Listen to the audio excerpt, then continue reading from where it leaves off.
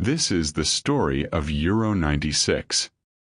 Group A: England, Netherlands, Scotland, Switzerland. From the start, favorites and outsiders were clearly distinguishable. Let's start with the obvious underdog. This team finished last in its group at Euro 92, and didn't even qualify for the 1994 World Cup. It was obvious to everyone that a team with such results was a clear underdog. However, that team was called England. Their squad was brilliant, so brilliant that with names like these, you could afford to lose constantly and still be considered a favorite. Gary Neville, Paul Ince, Paul Gascoigne, Alan Shearer. I could go on forever. Plus, England was the host nation, which meant their players had a massive moral boost in the form of furious fans in case of failure. Netherlands. At the previous Euro, the Netherlands unexpectedly lost in the semi-finals to Denmark. At the 1994 World Cup, they played uncertainly and were knocked out in the quarterfinals by Brazil. This was no longer the monster team that had dominated the previous Euro. Ronald Koeman, Frank Rijkaard, Marco van Basten, Ruud Gullit, Frank de Boer. Each of these names is a legend of world football. But none of them could play in this Euro due to generational change and injuries. They were replaced by Clarence Seedorf, 20 years old, Edgar Davids, 23 years old, Patrick Kluivert, 19 years old. They got talent, but they were young. The Netherlands barely crawled their way into this championship. In their qualifying group, they lost first place to the Czech Republic and ended up with the same number of points as Norway, edging them out only on goal difference. As a result, they had to play a playoff against Ireland, which, luckily for the Dutch, they won 2-0. Scotland.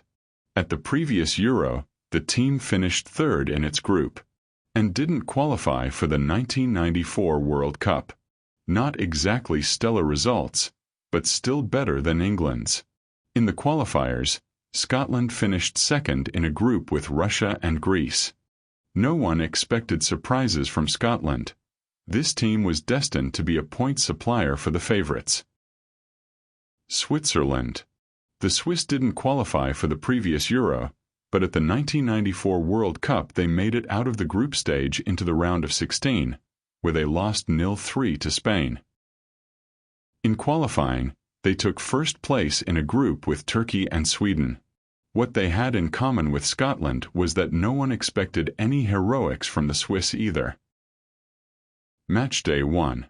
England, Switzerland, 1-1. Netherlands, Scotland, 0-0.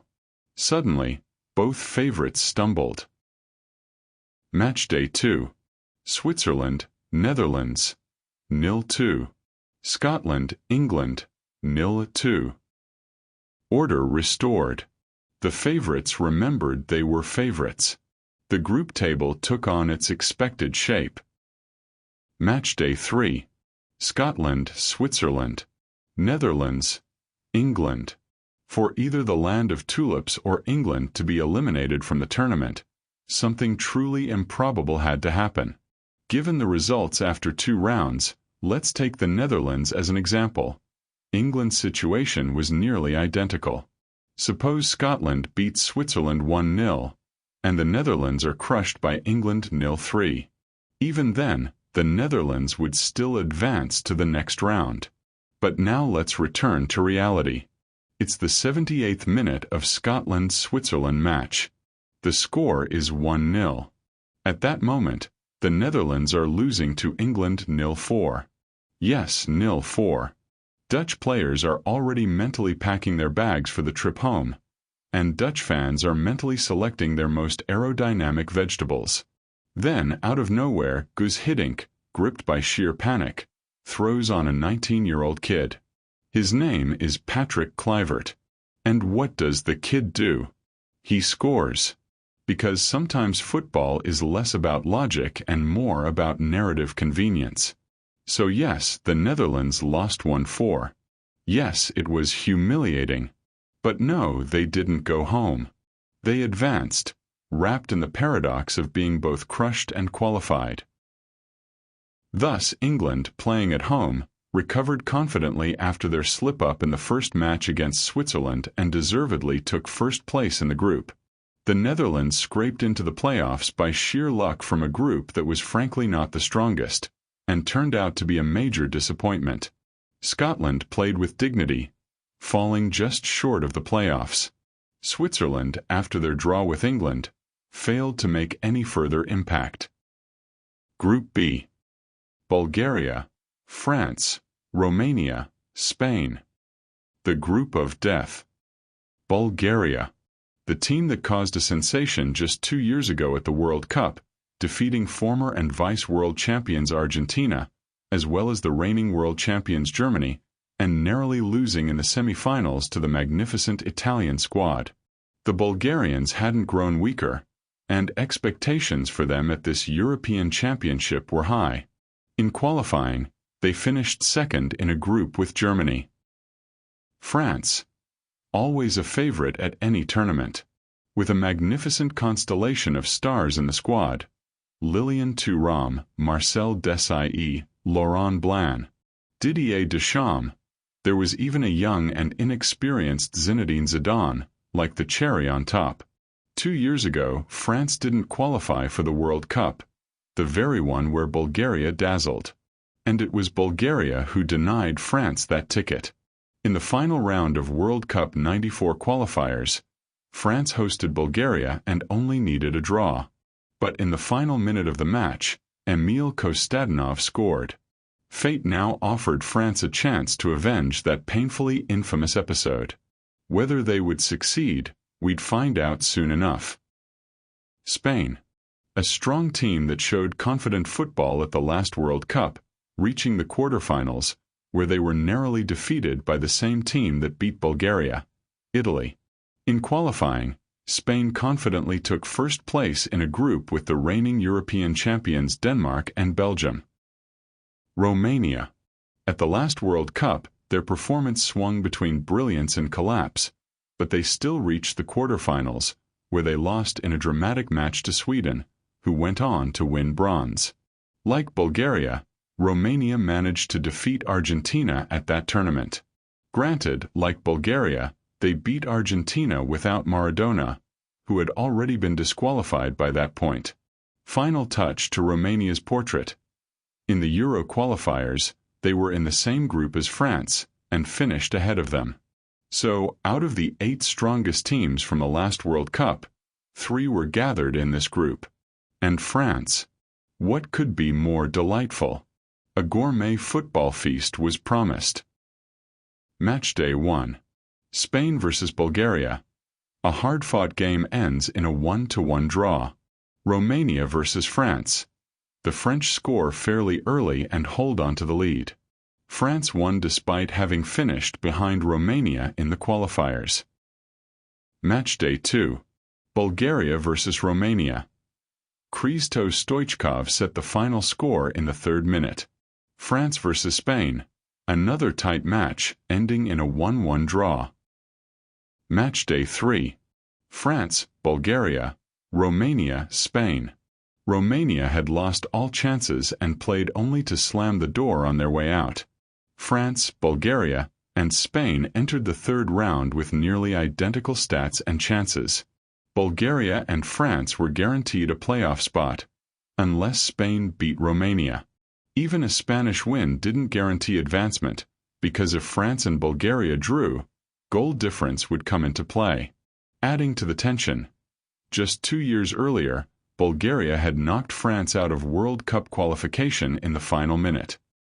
At halftime, France led Bulgaria 1-0, and Spain were drawing with Romania. At that point, France and Bulgaria were advancing. But in the 84th minute, Spain scored. Suddenly Bulgaria's position became precarious, especially since the score in their match with France was already 2-1 in favor of the French.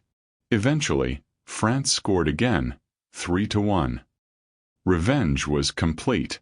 It's worth noting that France's win was deserved. They genuinely played better.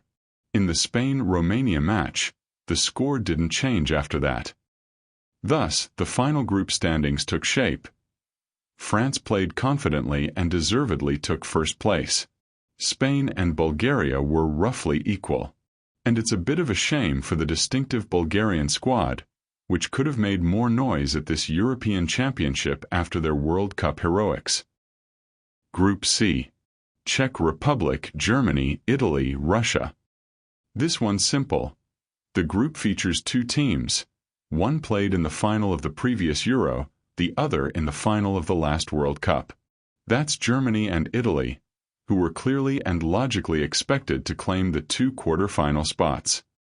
Germany, the main favorite of this, and frankly any tournament in those years. And it's no surprise with last names like Helmer, Sammer, Mahler, Hassler, Kohler, Klinsmann in the lineup.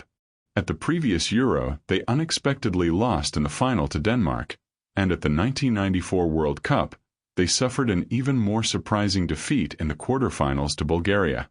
In the qualifiers for this Euro, they confidently took first place in a group with Bulgaria and Georgia. The Czechs were the dark horse. They missed the last Euro, missed the last World Cup. But in the qualifiers, they fought hard and took first place in a group with the Netherlands and Norway. Italy was no less a favorite than Germany. They sensationally missed the last Euro, but reached the final of the 1994 World Cup. In the Euro qualifiers, Italy finished second in their group, narrowly missing first place to Croatia on goal difference. Russia wasn't expected to do much. At the last World Cup, they didn't make it out of the group stage. In qualifying, they took first place in a relatively weak group with Scotland and Greece. Matchday 1. Germany, Czech Republic, 2-0. Italy, Russia, 2-1. No surprises. Wins for Germany and Italy. Matchday 2. Czech Republic, Italy, 2-1. Russia, Germany, 0-3. Now things got interesting.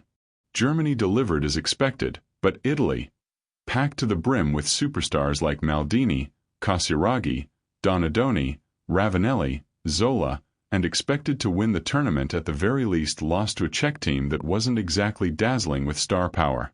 To be fair, Italy played with 10 men from the 29th minute after Luigi Apolloni was sent off. They attacked relentlessly throughout the second half, knowing that losing to the Czechs meant they'd have to beat Germany in the next round. It's rare to see a team down to 10 men push forward for an entire half. It was a match soaked in tension, the kind you could bottle and sell.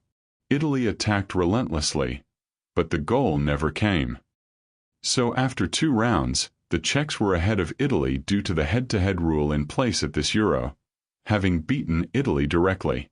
The situation became tangled. Depending on the results of Matchday 3, any team could dramatically shift its position. Germany could fall from first to third and exit the tournament in disgrace if they lost heavily to Italy and the Czechs beat Russia. Even Russia still had a decent shot at the playoffs if they beat the Czechs and Germany beat Italy. But the real drama? Italy, a team built for finals, now teetering on the edge of a group stage exit. To survive, they needed to earn more points in the final round than the Czechs. There were no guarantees the Czechs would lose to Russia. And if the Czechs didn't lose, Italy's only option was to beat Germany, which felt increasingly unlikely given Germany's form in the first 2 matches. Matchday 3. Russia, Czech Republic, Italy, Germany. At halftime, Russia trailed the Czechs 0-2, and Italy and Germany were locked at 0-0. Italy's situation hadn't improved. There was one elegant solution. If Italy won 1-0, both teams would advance, hand in hand, like old friends escaping a group stage disaster. But the Germans stubbornly refused to lose. Still, Italy did manage to reach the playoffs. For 3 glorious minutes, Russia mounted a comeback against the Czechs and led 3-2 by the 85th minute. But in the 88th minute, the Czechs equalized. Italy spent 3 minutes in the quarterfinals. They tasted it. breathed in the sweet, clean air of knockout football. And then life dragged them back into a world of pain and suffering. Italy couldn't score against Germany, even though the Germans played with 10 men from the 59th minute after a red card. A pity for Italy. They had the upper hand throughout the match and looked better than the tournament's top favorite.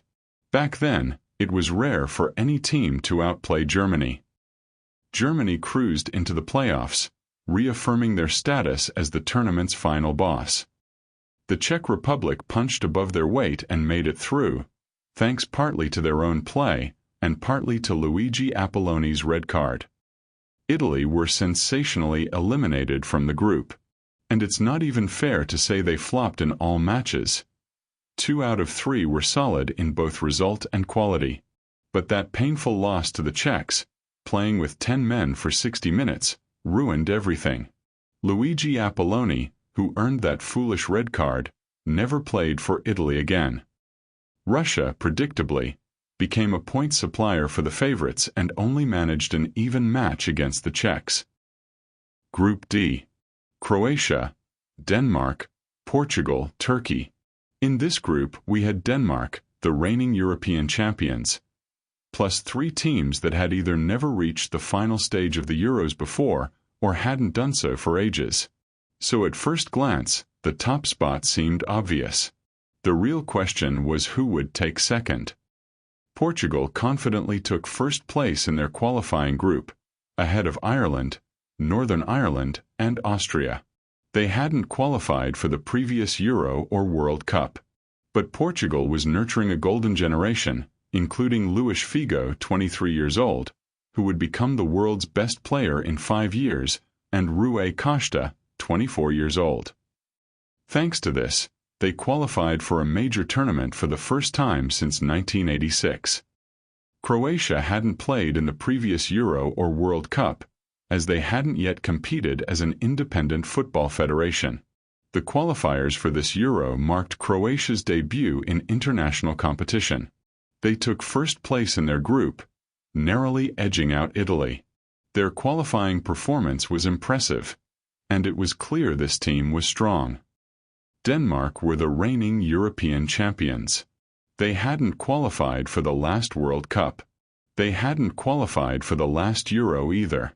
But they won last Euro anyway. Sometimes football works like that. In the qualifiers for this Euro, they finished second, far behind Spain, but comfortably ahead of third-place Belgium.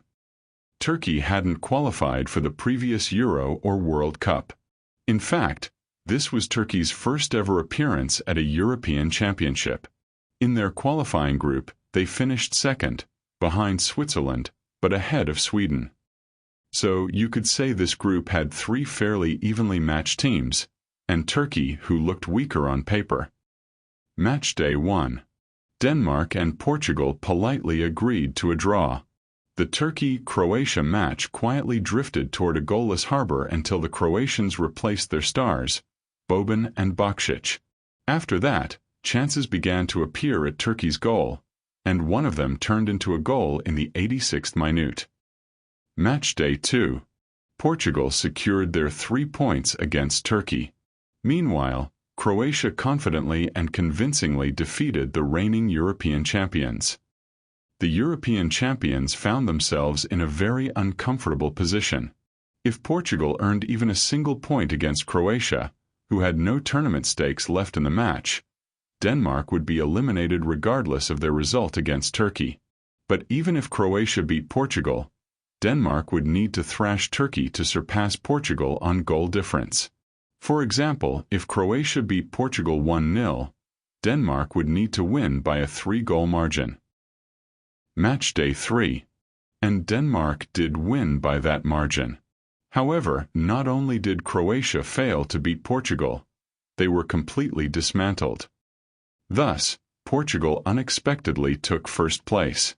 It's hard to say how well that reflected the true balance of power in the group, since the decisive 3 points came against a completely unmotivated Croatia.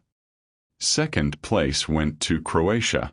Had it not been for their disastrous final match against Portugal, they could have been considered one of the tournament favorites. But now questions linger around this team. Third place went to the reigning European champions. Frustrating because had Denmark reached the quarterfinals, we could have witnessed the most spectacular showdown, a rematch of the last Euro final, Germany against Denmark. Turkey finished last and looked like the weakest team in the entire tournament. If you're enjoying this video, you can like it. That way, I know I should create more videos like this. Quarterfinals. Spain, England. Spain had 2 draws in their group against France and Bulgaria, and barely edged past Romania. England, on the other hand, confidently beat both Scotland and the Netherlands, and drew with Switzerland. Overall, England showed more expressive football, though it's worth noting their group was a bit easier. A tense match between evenly matched teams, with England winning the penalty lottery. France, Netherlands. France were clear favorites against the Netherlands. They had beaten Romania and Bulgaria, and drawn with Spain. The Netherlands had beaten Switzerland, drawn with Scotland, and suffered a humiliating defeat to England. Suddenly, it turned out the ball is round, and being a favorite on paper is one thing. Winning a real match is another. Still, fortune favored France that day, and they advanced via penalties. Given the Netherlands' overall performance in the tournament, their appearance in the semi-finals would have felt odd. Germany, Croatia. Germany had beaten the Czech Republic and Russia, drawn with Italy, and generally looked like they were here to collect trophies. Croatia had defeated Turkey, trashed Denmark, but then were thrashed by Portugal. Germany was the obvious favorite. Finally, a match where the favorite wins convincingly. A victory of pure class. Czech Republic, Portugal. The Czech Republic had beaten Italy, who played with 10 men, drawn with Russia, and lost decisively to Germany. Portugal had beaten Turkey and Croatia, and drawn with Denmark. Judging by their performances, the teams looked roughly equal. Karel Poborský scored a stunning goal, and after that the Czechs confidently held on to their lead. Thus, while there were surprises in the quality of play during the quarterfinals, the results themselves held no surprises. The semi-finalists were exactly who you'd expect: France, England, Germany, and the Czech Republic. Semi-finals. France, Czech Republic. In terms of overall quality shown during the tournament, France looked stronger. But if you take a closer look, things weren't so straightforward. In the quarterfinals, France drew with the Netherlands. The very same Netherlands who had been in the same qualifying group as the Czechs, and the Czechs won that group. France had the upper hand during the match, created several scoring chances, but failed to convert them. So the game went to a penalty shootout. And the Czechs won. Fortune came to collect its debt from France for their shootout win over the Netherlands in the quarterfinals. Germany, England. Germany had looked more convincing throughout the tournament. Their play was consistently strong, composed, and confident in every single match. England had a brilliant game against the Netherlands, but also a lackluster performance against Switzerland. And their win over Spain, only via penalties, didn't exactly scream dominance. The match was evenly balanced, and it was only fair that penalties were needed to determine the winner. With England, it was déjà vu. Exactly what happened with France. They won their first match on penalties, learned nothing from it, and dragged the second match into another shootout. Both teams played decent football, but clearly skipped the seminar on probability theory. Winning 2 shootouts in a row. Statistically unwise. Final. Germany had already played in the final of the previous Euro, and lost 0-2 to Denmark. Now they were back, and once again facing an underdog. Last time ended in heartbreak. This time, the Germans were undoubtedly determined to close that chapter. The teams were well prepared for the final. They had even rehearsed it during the group stage.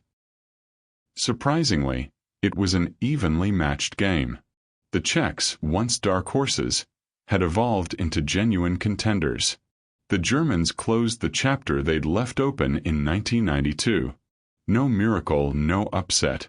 Just cold, calculated triumph. Final thoughts. Breakthroughs.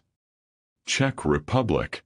No one, not even the Czechs themselves, could have imagined that the Czech Republic would reach the final.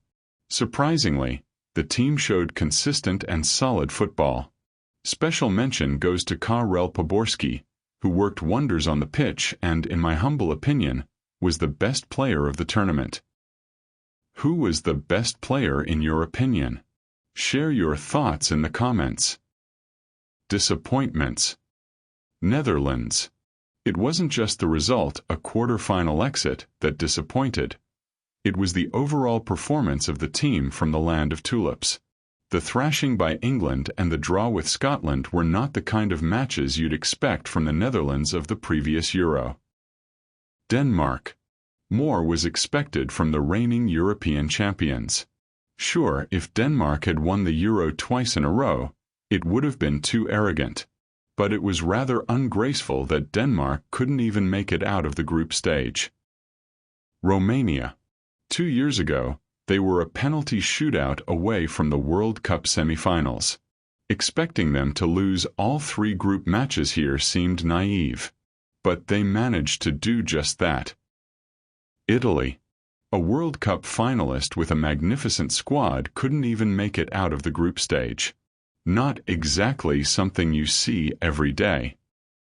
Drama. Italy.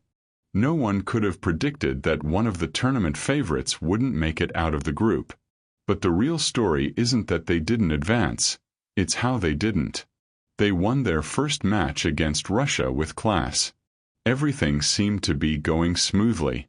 Then came the second match, a foolish red card in the 29th minute, and the rest of the game spent attacking with 10 men. Then came Germany. Italy outplayed them and still couldn't score.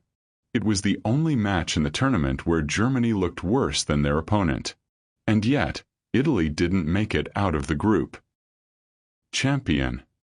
This was one of those tournaments where the winner wasn't just a pre-tournament favorite, but also showed strength throughout the entire competition.